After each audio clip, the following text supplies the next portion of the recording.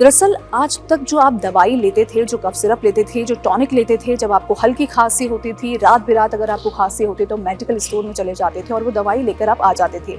लेकिन अब इस पर जो है रोक मोदी सरकार ने लगा दी है। और ये रोक क्यों लगाई है और किस तरीके से लगाई और इसकी बड़ी वजह क्या है, इस पूरे मामले में आज हम विचार करने वाले हैं और इस पूरे विषय पर हम बात करने वाले हैं। सबसे पहले आप ये देखिए कि अब आपको जो आप टॉनिक लेते थे, जो आप कफ सिरप लेते थे, अब आपको बिना डॉक्टर के पर्चे की ये दवाई नहीं मिल सकती। यानी कि अगर आपके पास प्रिस्क्रिप्शन है डॉक्टर का, तब जाकर ही आपको ये दवाई मिलेगी। आप मेडिकल स्टोर में अगर जाएंगे, अगर आप केमिस्ट की दुकान में जाएंगे, तो आपको वो पर्चा जो है डॉक्टर का वो दिखाना होगा और तब जाकर आपको ये दवाई मिलेगी।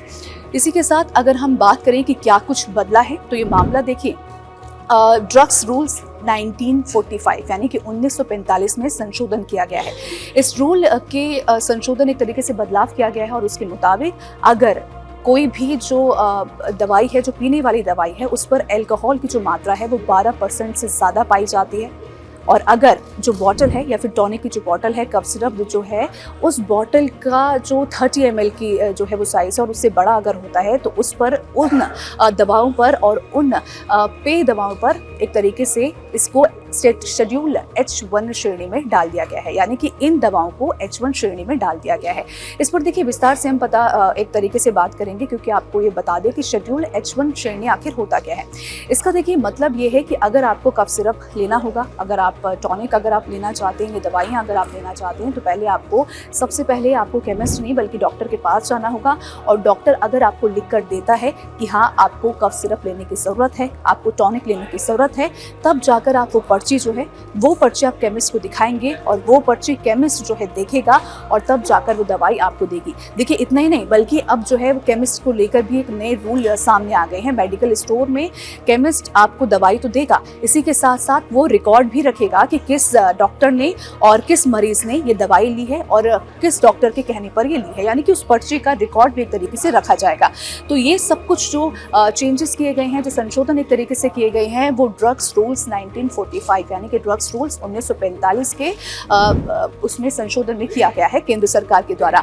अब आप क्या कर सकते हैं, अगर आपको कफ सिरप चाहिए या फिर टॉनिक अगर आपको चाहिए, आपको हल्की खांसी है या फिर आपको काफ़ी खांसी है, तो होता क्या है कि लोग मेडिकल स्टोर में चले जाते हैं दवाई लेने के लिए। लेकिन अब आपको करना क्या होगा कि बिना डॉक्टर के पर्चे यानी कि जो प्रिस्क्रिप्शन है, उसके बिना आपको वो दवाई बिल्कुल भी नहीं मिलने वाली है। तो अगर आप ये सोच रहे हैं कि हमको जो खांसी लगती है या फिर बच्चों को रात बिरात खांसी लगती है, तो आप बिना सोचे समझे मेडिकल स्टोर चले जाते हैं और वो जो है कफ सिरप या फिर टॉनिक लेकर आ जाते हैं। लेकिन अब आपको बिना डॉक्टर के सलाह मशवरा के ये जो है नहीं मिलेगी। यानी कि प्रिस्क्रिप्शन आपको चाहिए होगा, वो जो पर्चा होता है डॉक्टर का वो ज़रूरी आपको चाहिए होगा, तब आप जो है केमिस्ट के शॉप में उसे दिखाएंगे। तो मेडिकल स्टोर को इनकी बिक्री का भी रिकॉर्ड एक तरीके से रखना होगा। मेडिकल स्टोर, जिस भी मेडिकल स्टोर से या फिर केमिस्ट से आप दवाई लेंगे, वो जो केमिस्ट है, वो दुकान जो वाला है, वो जो मेडिकल स्टोर वाला है, वो जो है पूरा रिकॉर्ड एक तरीके से रहेगा। एक अलग रजिस्टर उसका बनेगा और उसमें जो शेड्यूल H1 श्रेणी की जो दवाएं हैं, उनका जो है एक तरीके से अलग कॉलम बनाया जाएगा और उसमें लिखा जाएगा कि किस मरीज़ ने किस डॉक्टर के कहने पर ये दवाई ली है और उस पर्चे को भी जो है संभाल कर एक तरीके से रखा जाएगा। बिक्री और सप्लाई पर भी एक तरीके से बड़ी और कड़ी निगरानी इसमें रखी जाएगी कि कौन सप्लाई कर रहा है और कौन बिक्री कर रहा है। देखिए ये सोच समझ के लिया गया एक बड़ा फैसला मोदी सरकार की तरफ से है और किन दवाओं पर लागू होंगे ये नियम, ये भी आप जान लीजिए। जिस तरीके से मैंने आपको पहले बताया कि दोनों शर्तें पूरी होने पर ये नियम लागू होंगे। ये देखिए, आप देख सकते हैं कि 30 ml से बड़ी पैकिंग में, यानी कि जो बॉटल होती है वो 30 ml से बड़ी है, तो उस पर ये नियम जो है लागू होंगे। इसी के साथ जो इथाइल अल्कोहल है 12% से ज़्यादा, यानी कि अल्कोहल की जो मात्रा है किसी भी दवाई में वो 12% से ज़्यादा होगी, तो उस पर जो है ये नियम लागू होंगे। तो इन दोनों शर्तों वाली सभी ओरल लिक्विड दवाओं को अब शेड्यूल H1 के दायरे में रखा गया है। यानी कि कोई भी दवाई जो 12%, जिसमें 12% से ज़्यादा अल्कोहल हो और जो 30 ml से बड़ी हो, उन पर जो है ये नियम जो है अब लागू होंगे। तो आप देख सकते हैं कि मैंने जिस तरीके से आपको बताया कि शेड्यूल H1 आखिर है क्या, ये लिस्ट आखिर है क्या। तो ये संवेदनशील दवाओं की श्रेणी होती है। इस लिस्ट में अब कफ सिरप और टॉनिक को भी जो है शामिल कर दिया गया है, यानी कि कोडेन या फिर जो इसमें ज़्यादा अल्कोहल होता है उन दवाओं को भी इसमें अब शामिल कर दिया गया है।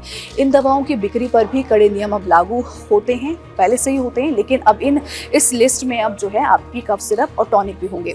इसी के साथ इसमें पहले क्या क्या शामिल था आप ये भी देख लीजिए। श्रेणी में नींद की गोलियां शामिल थी कि नींद की गोलियां अगर आप लेते हैं तो आप डॉक्टर की सलाह मशवरा के बाद ही लेंगे। डॉक्टर की पर्ची आपको मेडिकल स्टोर में दिखानी होगी, तब जाकर आपको नींद की गोलियां मिलेंगी। इसी के साथ कुछ हैवी पेन किलर्स जो कि लोग लेते हैं, तो इन पेन किलर्स को आप डॉक्टर के जो प्रिस्क्रिप्शन है उसके बिना जो है आप नहीं ले सकते। नशे के लिए गलत इस्तेमाल हो सकने वाली दवाएं, तो इन तमाम दवाओं, ये जो तमाम दवाएं थी ये पहले शेड्यूल H1 में हैं अभी तक, लेकिन इसके साथ ही अब कफ सिरप और टॉनिक भी जो है इसमें शामिल कर दी गई है केंद्र सरकार के द्वारा। इसी के साथ शेड्यूल के में भी बड़ा बदलाव जो है देखने को मिला है, यानी कि केंद्र सरकार ने ना सिर्फ कफ सिरप या टॉनिक को लेकर ये बड़ा फैसला लिया है, बल्कि जो शेड्यूल के की जो दवाइयाँ हैं उस पर भी बड़ा बदलाव है। वो ये है कि सरकार ने शेड्यूल के में मिलने वाली छूट भी एक तरीके से ख़त्म कर दी है। वो छूट क्या है ये भी हम आपको बताते हैं। देखिए, अब 30 ml से बड़ी और 12% से ज़्यादा अल्कोहल वाली ओरल दवाओं को पहले जैसी छूट नहीं मिलेगी।